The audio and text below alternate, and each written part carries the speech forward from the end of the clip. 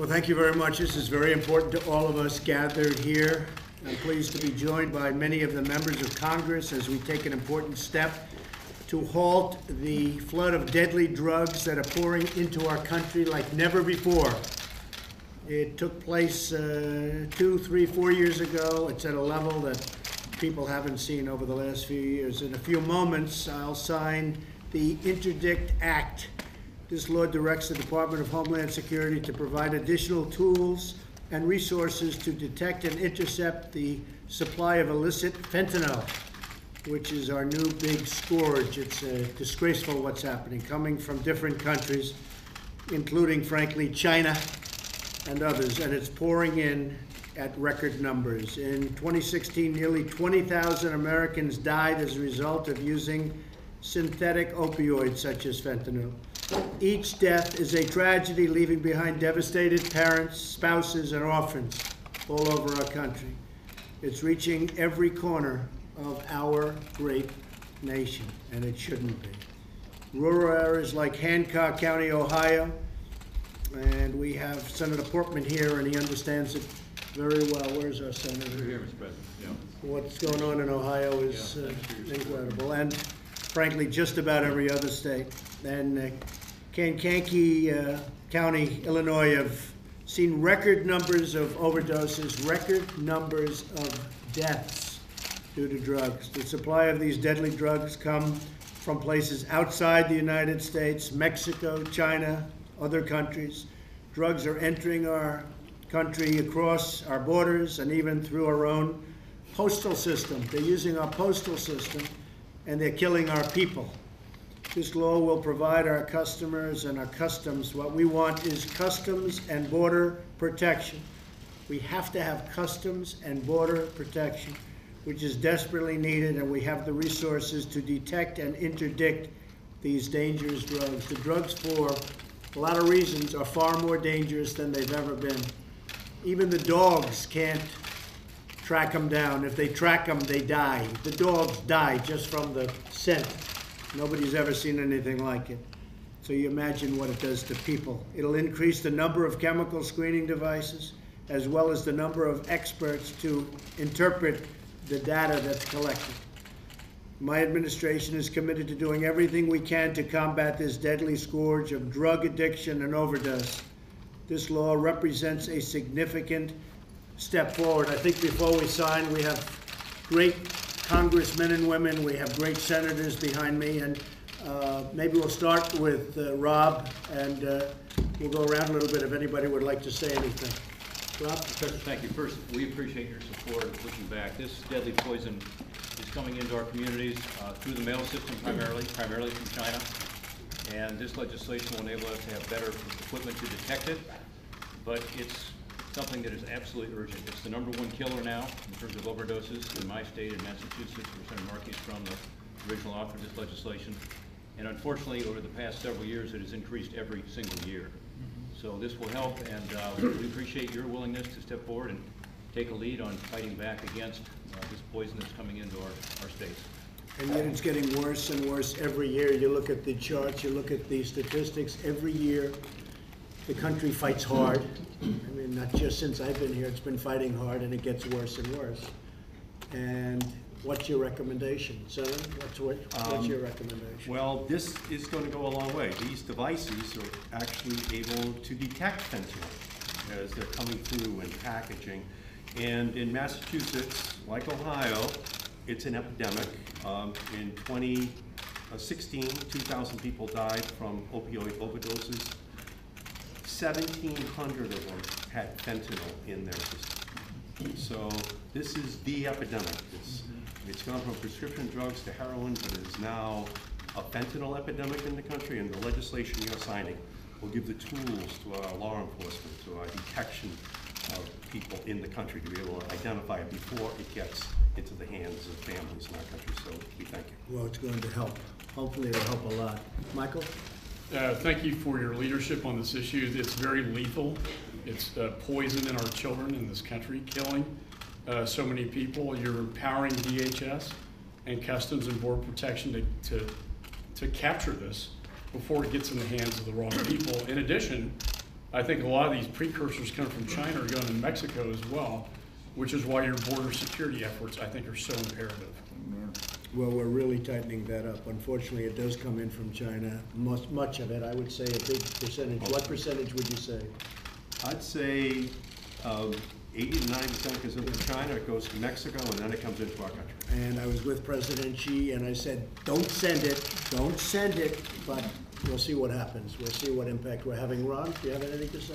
Well, Mr. President, you're tough on borders, everyone knows that, and when you think about the illegal immigration, which is obviously part of it, but this is why I think people elected you, because they knew that you were going to take this drug scourge seriously. It's taking a lot of American lives, and so I applaud the senators and the congressmen for support, and I applaud you for signing it. All right, thank you, Ron. Mr. President? Yes, go ahead. 11 people a day in my state of Ohio die from opioid overdose. This is an important bill. The next step is that we actually provide dollars to communities so we can scale up treatment.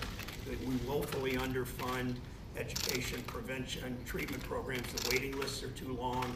That's the importance of Medicaid. That's the importance, frankly, of the Affordable Care Act. That's the importance of funding local communities so that they can do what they need to do to deal with the terrible addiction that so many families face.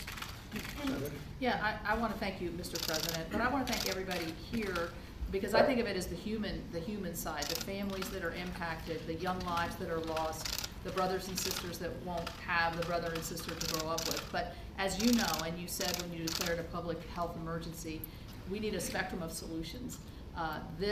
Stopping the flow or working to stop the flow of fentanyl is absolutely critical, but other things are critical as well. And so I think we've worked well together across party lines, across Senate and House. This is job one for us, I think, to make sure that we don't lose another generation. So thank you. It's very true. Yes. We've got to keep the fentanyl out, but we've got to build the rural communities up. One of the biggest things we have to do long term is restore economic vitality in rural America. We all agree with that. Senator, go ahead. Well, again, I want to thank you. I want to thank all the men and women here. This is a classic example of bipartisan success because it's something we agree on. So if we concentrate in those areas of agreement, we can have more of these kind of accomplishments. I want to basically second what the Chairman McCall said as well. These are shipped, yes, through the postal system, and Rob's working on a great bill too that we can hopefully stop that. But they're shipped into Mexico, and we have to secure our border. So again, I think that's a real opportunity. I think you showed that yesterday. You've got a lot of areas of agreement in terms of border security and fixing the DACA problem as well. So again, this is a classic example. Concentrate on areas of agreement, you can accomplish some good things. And your state's made some progress. Tough progress, but you've made some progress. Go ahead. Well, I've sent enough people to prison for dealing with drugs like this, whether sell. Anyway, it's really great to be part of getting a bill done that stops it from getting to that point. And you combine that with the best neighbor, the best thing we could do for our friends in Mexico, stop their being used as basically a trampoline for drugs coming in here. You cut off the $70–80 billion that's used for corruption that goes to the drug cartels in Mexico, and they ought to be one of the top 10 economies in the world. And the best thing we could do is maybe build a wall where we need it and secure the border. And Americans are helped without the drugs. Mexico is helped without the drug cartel money, and we're much better neighbors. And as you know, we're going to build the wall.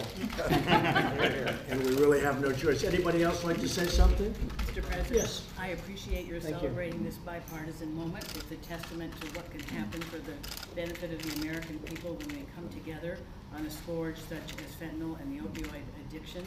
And I encourage you to focus your efforts on further funding and thinking about opioids and marijuana. We can talk about it another time. Okay, that's all right. That's okay. Yes, sir. Mr. President, I'm Brian Babbitt from Texas, and I'm a healthcare practitioner. Right. And you know, fentanyl is basically an operating room drug, and it's stunning to me that it would be to this extent. But I want to thank you for your support. I want to thank the people who sponsored this bill, and I'm very proud to vote for it.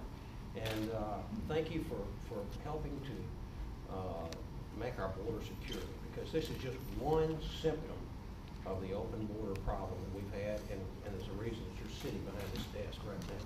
Well, I'm very proud to say that we're way down in the people coming across the border. We have fewer people trying to come across because they know it's not going to happen. But we do need the wall, and we need more border security anyway, but we are way, way down, and we're also stopping other forms of entry, such as airplanes and, you know, coming in through different ways, even the ports, coming in through cruisers and cruise lines, and people are coming in ways that we've never even thought possible. A lot of bad people, a lot of drugs, and we're stopping it. But we're increasing the numbers. You see it. You've all been a very big part of it. We're increasing the numbers in terms of getting it stopped, and getting it stopped ideally permanently. Anybody would like to say anything? Well, as has been said, and we can see by the people assembled here, if we work together in a bipartisan way, we can get things done. And this is a place where we can all agree that we've got to do more and where we can work together. So I applaud everyone's efforts. Well, I agree. Mr. President, And we have the Stop Act that we might be a next step that Rob and I are working on. Yeah. You mentioned the Postal Service. Unfortunately, our own U.S. Postal Service is the conduit for this fentanyl. That's true. A lot of it. They don't go through FedEx or UPS. No, they go right through the good old-fashioned post office that loses about $6 billion a year and delivers internet packages all over the place, okay? We need to require And they them lose a lot of money, and you should make sure, while we're at it, make sure the internet, they're gonna have to start paying sales tax, because it's very unfair what's happening to our retailers all over the country that are put out of business. Anybody else? Yes. One quick comment, Mr. President. Thank you for your leadership. Thanks to all these members who have worked in a bipartisan way to keep these lethal drugs out of our communities. I come from Kentucky. Kentucky suffers from the third highest drug overdose mortality rate in the country. Fentanyl and opioids is a big part of that. One of the tragedies that we hear is not just from these families, these heartbroken families, but also from employers who don't have the labor supply. These tax cuts that this president led on is going to help jumpstart the economy, but these employers need sober workers who can show up on time and pass a drug test. Keeping these drugs out of these communities is important for the productivity of our economy. Very good. Have we covered? Come on. What's wrong Okay. with you? I can't believe it. You're being so quiet. I was waiting today. for the last word if I could get it. But it comes down to this, and everybody worked here together, found a bipartisan and piece of legislation that will definitely save lives. But I wanted to compliment you for having a bill signing ceremony here with the press here to broadcast this out across the country, because the very fact that we're speaking to America and you're using your voice to speak to America saves lives starting from this moment. So I think there's lives saved in the press conference and in the bill signing ceremony, as well as the function of the bill itself. It'll help. Thank you. If it's one life, it helps, but it'll help. Mr. President, Susan Brooks from Yes, Indiana. sure. And great to be here with you and Vice President. I want to thank you so Thank you, much. But Susan. on behalf of law enforcement, fentanyl is impacting them on a daily basis. Yes. They are the ones in our first responders, whether firefighters, EMT, and police, who are being impacted when they come upon offenders and people with fentanyl, and they too are actually suffering from overdoses.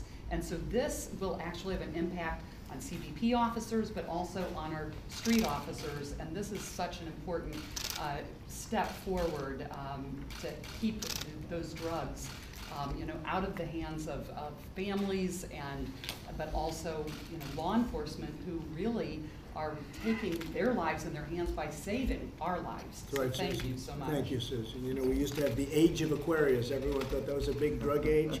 That was nothing compared to this, believe me. Vice President?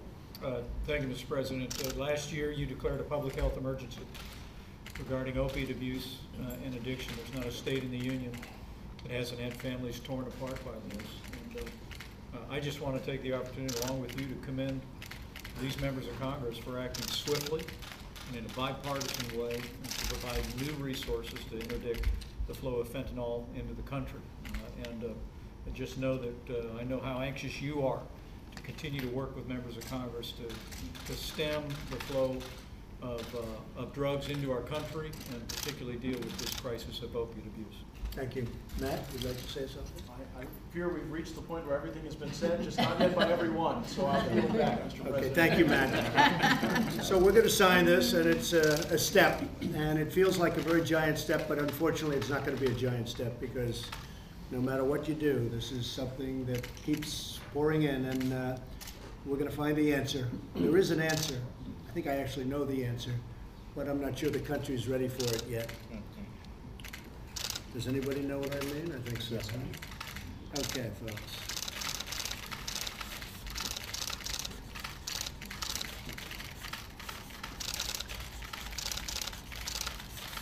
Who's getting this pen? Who's getting this pen? Can I ask for a vote? We're going to get all of you a pen. I'm going to give it to a Democrat, okay? It shows you bipartisan. That's bipartisan when I give it to a Democrat. And the Republicans told me to give it to a Democrat.